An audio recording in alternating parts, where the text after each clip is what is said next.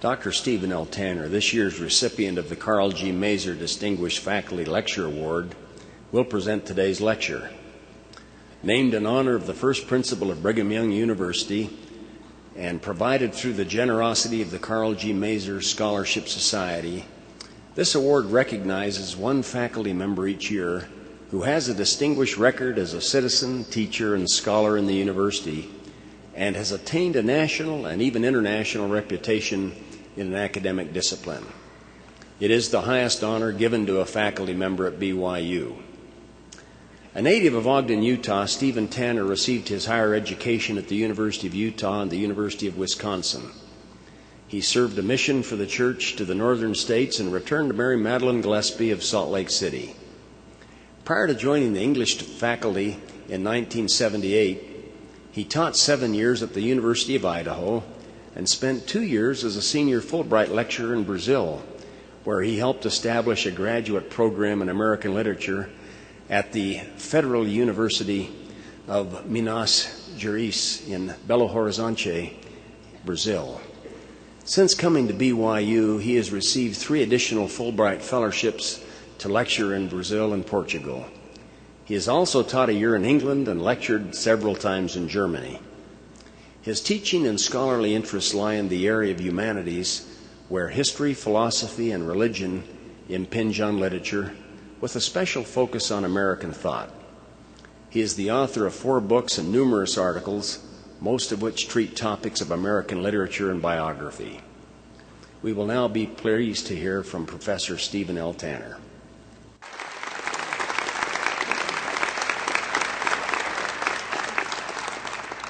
In reviewing my title, I realized that it has different meanings according to which word you emphasize. What are you thinking? Meaning, what exactly is going on in your mind? What are you thinking? Meaning, I put my cards on the table. What is it that you mean? Or what are you thinking?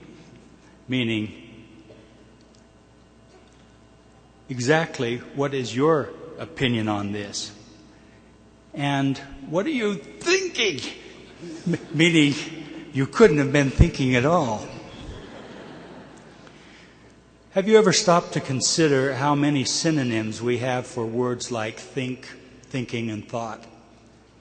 Some are part of our active vocabulary and our familiar friends.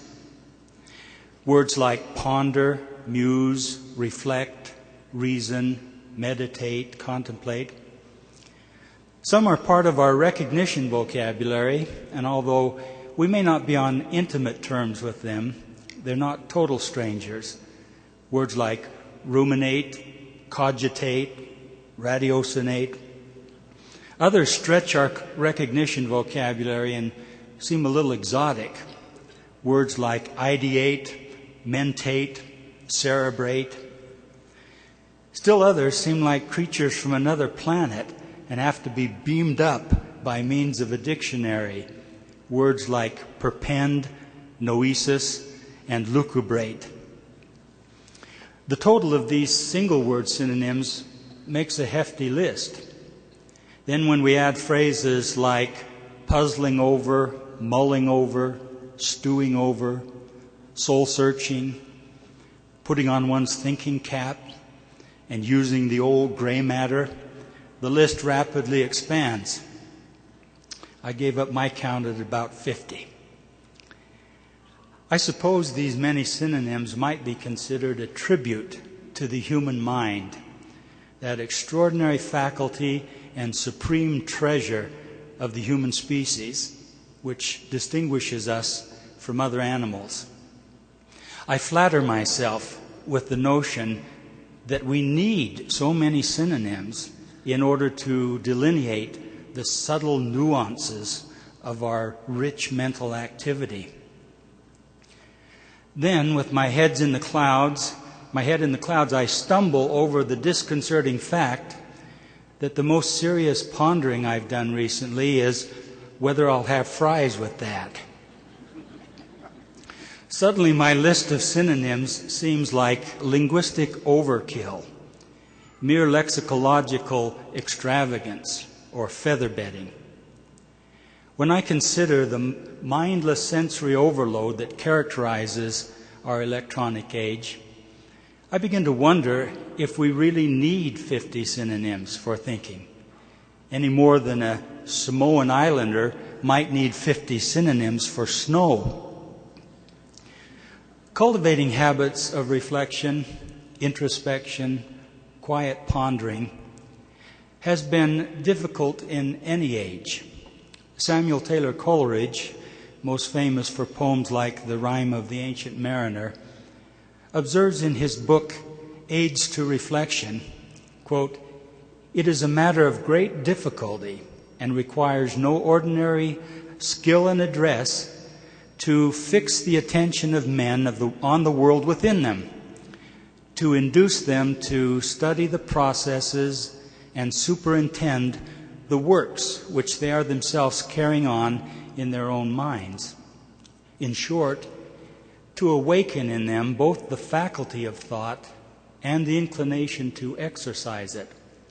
For alas, the largest part of mankind are nowhere greater strangers than at home." If this observation prompted an alas followed by an exclamation point from Coleridge in the 19th century, it should prompt even greater alarm today, when, in an apparent flight from solitude, we eagerly eliminate every opportunity to be quietly alone with our thoughts. We are deluged in distractions and opportunities for diversion. Thousands of advertising appeals bombard us each day in the form of newspapers, magazines, circulars, signs and billboards, radio, television, and computers. Cabela's even wants me to conscript me into the mighty army of advertising by having me wear their label on the outside of my fleece jacket. We are subjected to background music in every waiting room, restaurant, store, telephone hold. I've even pumped gas to hits of the 70s. And try escaping television and cell phones at the airport. Not only is sensory stimulation thrust upon us, we eagerly inflict it upon ourselves.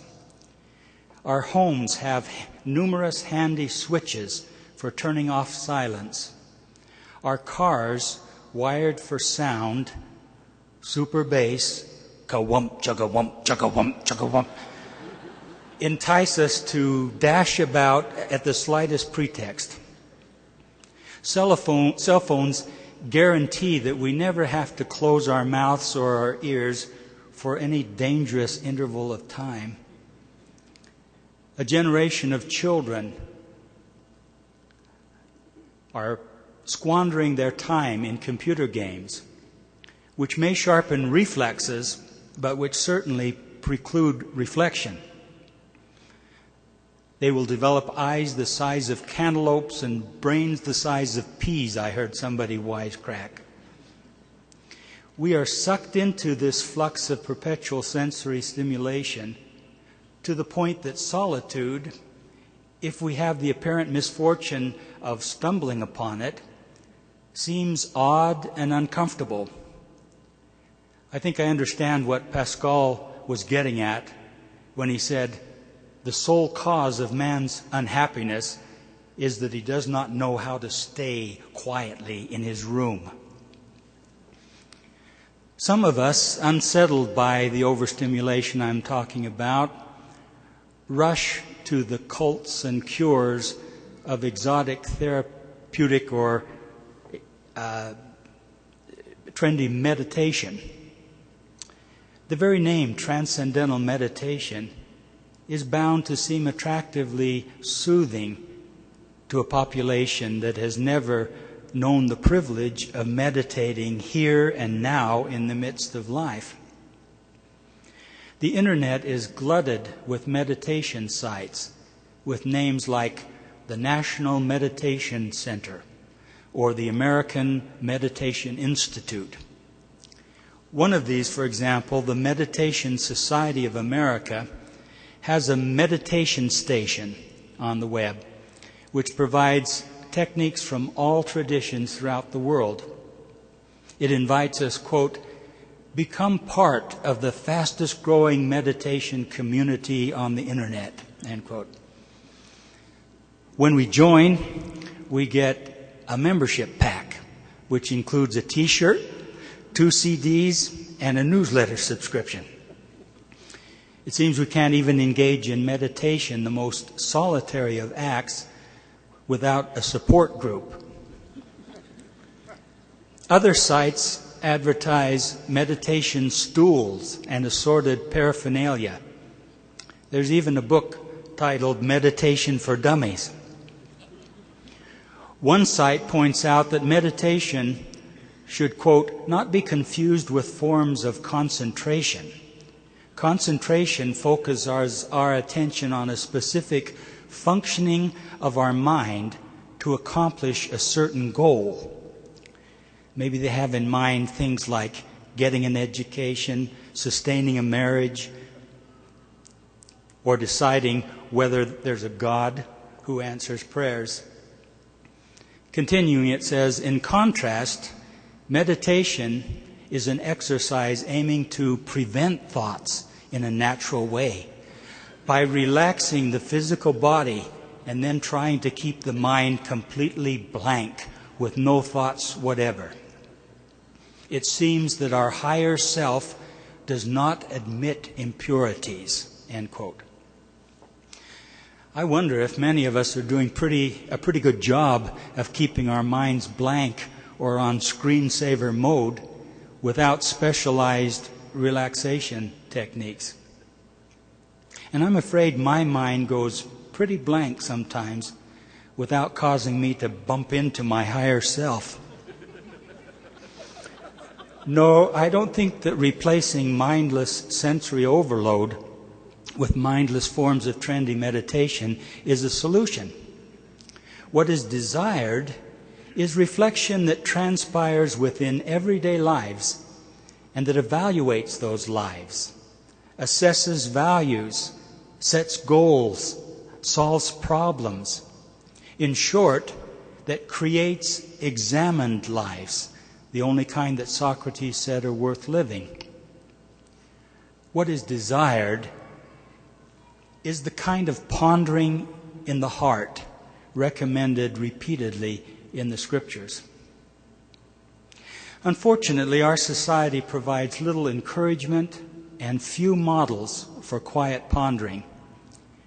We are celebrity worshippers, and thinkers among us don't earn celebrity status, partly because they're crowded out by film and rock stars, television personalities, and athletes, but mostly because productive pondering is an inner achievement, not on external display. There is, of course, the famous statue of the thinker, created by the French sculptor Auguste Rodin. But perhaps it is so famous because it stands alone among the myriad statues of other sorts of heroes and celebrities. One would think that if we truly revered thinkers, the figures of more of them would turn up occasionally on pedestals. Consider a moment the case of the thinker. Head in hand, the familiar nude figure sits in intense contemplation, twisting awkwardly to rest his right arm on his left knee. Rodin said of this figure, quote, "What makes my thinker think is that he thinks not only with his brain, with his knitted brow, his distended nostrils and compressed lips, but with every muscle of his arms, back, and legs, with his clenched fist and gripping toes," end quote. Who is this thinker anyway? The sculpture was originally conceived as the central figure for a monumental Gates of Hell portal, the theme of which was the Divine Comedy, Dante's Divine Comedy. It was intended to represent the poet Dante in front of the gates of hell, pondering his great poem. Rodin himself wrote about his intention. Quote, "The thinker has a story. In the days long gone by, I conceived the idea of the gates of hell. Before the door, seated on the rock, Dante, thinking of the plan of his poem behind him. All the characters from the Divine Comedy." This project was not realized. Thin, ascetic Dante, in his straight robe, separated from all the rest, would have been without meaning. Guided by my first inspiration, I conceived another thinker, a naked man seated on a rock, his fist against his teeth. He dreams. The fertile thought slowly elaborates itself within the brain. He is no longer a dreamer, he is a creator, end quote. The thinker didn't receive its present title until nearly 20 years after it was created. Unfortunately, this figure has generated thousands of parodies, jokes, and commercial rip-offs. I suppose this is partly because, like the Mona Lisa, it is so famous. But I suspect a deeper reason. The world is not entirely at ease with thinkers. As Emerson once said, "Beware when the great God lets loose a thinker on this planet. Then all things are at risk."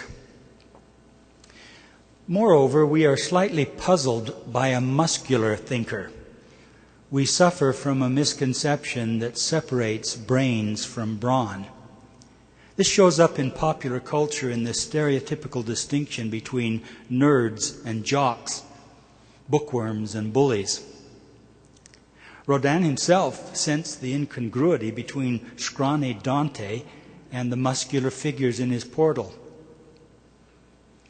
The thinker, as a sort of nerd with abs of steel, a poet bodybuilder, slightly bewilders us, and we respond with jokes and parodies. Based on our own mental abilities and habits, it may be hard for us to believe that someone can think with knitted brow, distended nostrils, compressed lips, clenched fist, and gripping toes. Whether I'm right about this or not, mass values and mass media certainly provide neither incentives nor models for constructive pondering. I'm afraid that most of what is now playing in the theater of my mind is the kind of daydreaming James Thurber portrays in his famous story, The Secret Life of Walter Mitty. You will remember that Walter Mitty is a browbeaten husband accompanying his wife on a shopping trip.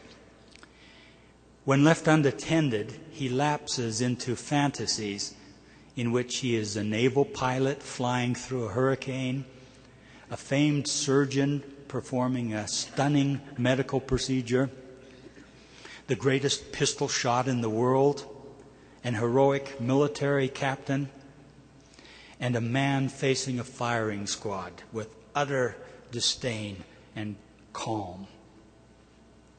When his domineering wife, who has trusted him to buy the overshoes she insists he wears, says, "Couldn't you have put them on in the store?" Walter replies, "I was thinking. Does it ever occur to you that I'm sometimes thinking?" Well, Walter, of course, was not thinking or meditating. He was meditating. And much of what passes for meditation among us could more accurately be classified as meditation.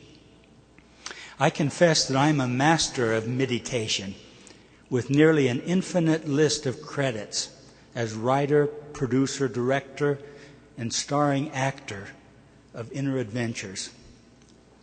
There's a sameness in plot, but plenty of variety in children rescued, buzzer-beating jump shots swished, ninth inning homers belted, and award-winning books written. When interrupted, I answer as Walter did. I was thinking. Similarly, when my wife nudges me in church, I inform her, I was meditating.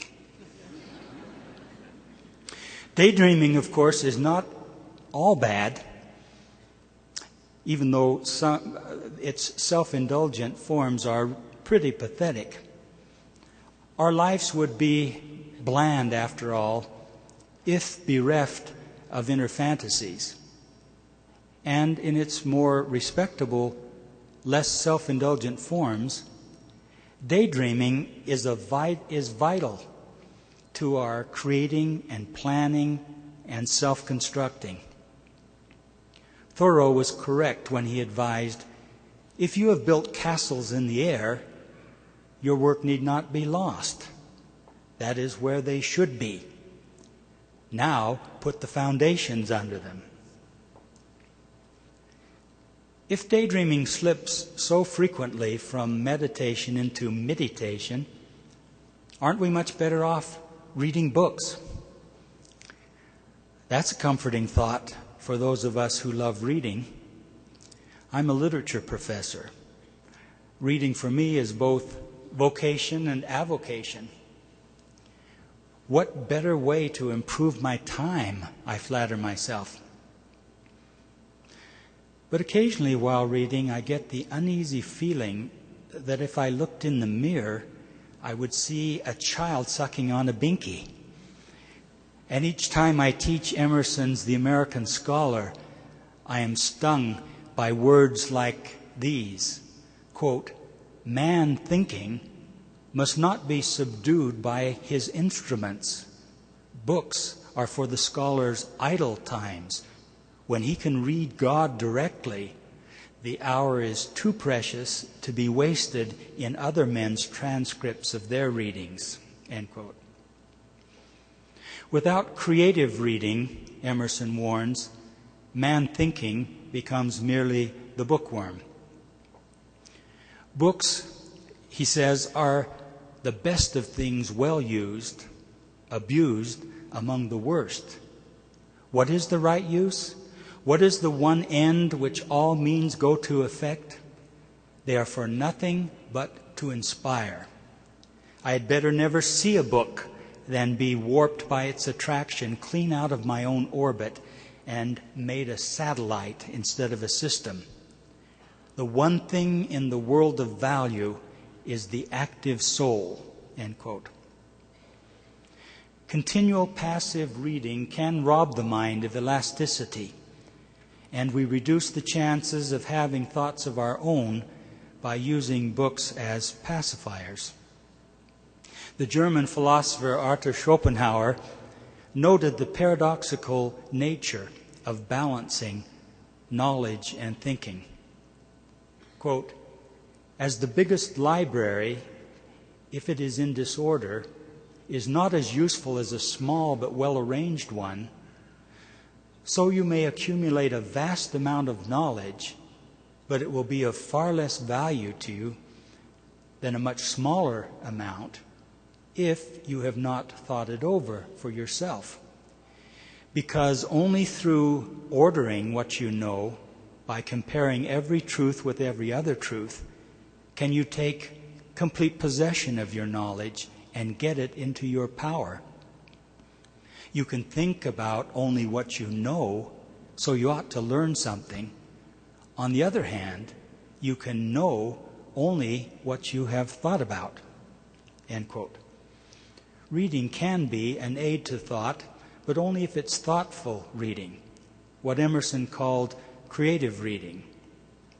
Even scripture reading, in order to be truly edifying, must be an exercise of the active soul. The scriptural admonitions are always to search, ponder, meditate, and not simply to read. I have focused on the difficulty of cultivating the habit of quiet reflection, which is an art as well as a habit, an art of which every person should be master. For if we are not thinkers, to what purpose are we human beings at all? Life consists, really, in what we are thinking each day, and we should value our days by the number of clear insights we have gained. To appreciate the difficulty of focusing on pondering, try this thought experiment. Select a subject or a problem, and with your watch in hand, try to focus your mind upon it unswervingly for a determined number of minutes. The first time I attempted this, I aimed for 5 minutes. 40 seconds later, I was wondering what my watch was doing in my hand. Granting that your power of concentration may be greater than mine, I still think, nevertheless, that within seconds, you'll find that random images and chance associations, kind of thing that form the currents of our stream of consciousness, will have swept you off course. Contemplation requires an inner check, a withdrawal from the mental emotional flux long enough to reorient oneself and set a new course. Do I have any suggestions for cultivating the art and habit of reflection? Only a meager few. First, I recommend pondering at least occasionally in words. In words in the sense of self-consciously selecting words and formulating sentences in a silent discourse. Pose questions to yourself and propose answers, hearing the sentences in your mind, revising them for clarity and precision, and even eloquence.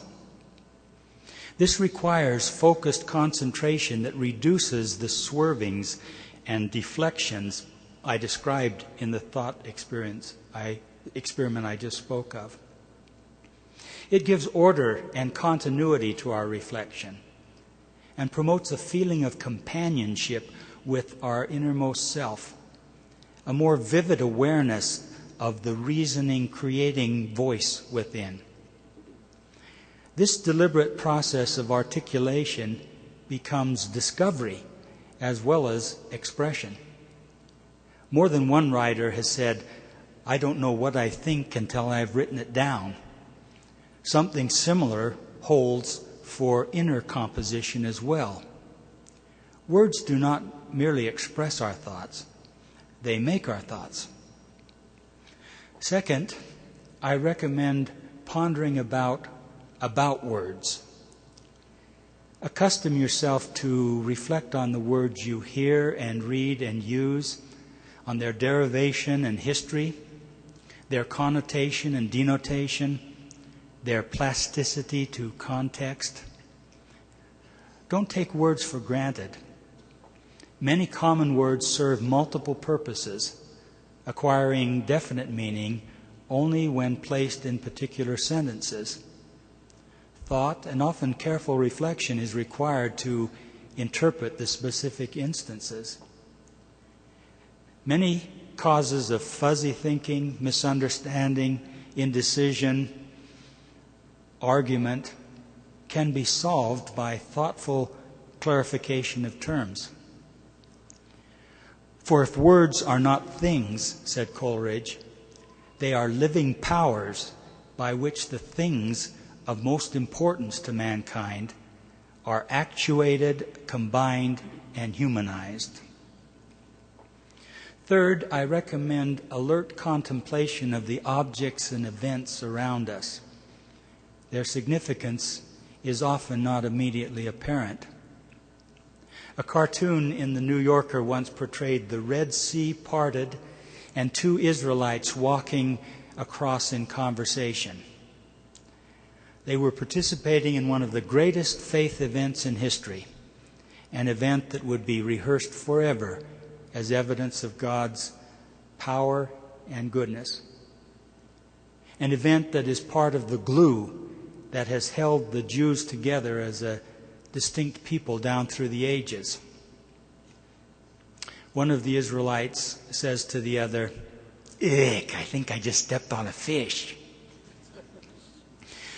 Don't be oblivious to the significance of what is going on about you. In 2 Nephi 4 and 16, Nephi says, "Behold, my soul delighteth in the things of the Lord, and my heart pondereth continually upon the things which I have seen and heard." My most important recommendation is that we do not flee from solitude, but embrace it jealously. It is the nursery of thoughts and inspirations that benefit society as well as the individual. Solitude is not to be feared. Matthew 14:23 tells us, "And when he had sent the multitude away, he went up into a mountain apart to pray. And when the evening was come, he was there alone." He was there alone. As a matter of fact, from his 40-day fast in the wilderness to his death on the cross, when he cried out, "My God, why hast thou forsaken me?" Christ was in significant ways alone, and so are we. Being alive means being in a body separated from all other bodies. We can commune with others in important ways, but ultimately we are alone. It is our destiny. This is both the burden and the benefit of our existence. It is what we do with our obligatory aloneness that matters. Only a creature with an impenetrable center in himself or herself is truly free and strong. And we must not confuse solitude with loneliness. Loneliness is a terrible thing and all too common. It's endemic in our society, and billions of dollars are spent to combat it. Much of the sensory overstimulation I alluded to is a response to the fear of being alone. But ultimately, loneliness is conquered only by those who understand the benefits of solitude, the most important of which is quiet reflection, the examined life, the active soul. These alone are of lasting importance in a world of transience and triviality. I cite Emerson again. You'll probably realize I'm teaching Emerson this semester. Quote, "We dress our garden, eat our dinners, discuss our household with our wives, and these things make no impression, are forgotten next week. But in the solitude to which every man is always returning, he has sanity and revelations which in his passage into new worlds he will carry with him." It is not what we reflect upon that is so important as the habit of reflection itself. Even pondering small things can have large consequences, whether it is Newton musing on the fall of an apple, Galileo contemplating a swinging censer, or a 14-year-old New York farm boy pondering a single verse in the New Testament. Moreover, ideas evolve, conclusions melt away in the heat of new experience. Few matters are settled completely or manifest in their fullness once and for all. But the impulse of the active soul toward quiet reflection remains the perennial source of personal fulfillment and communal benefit.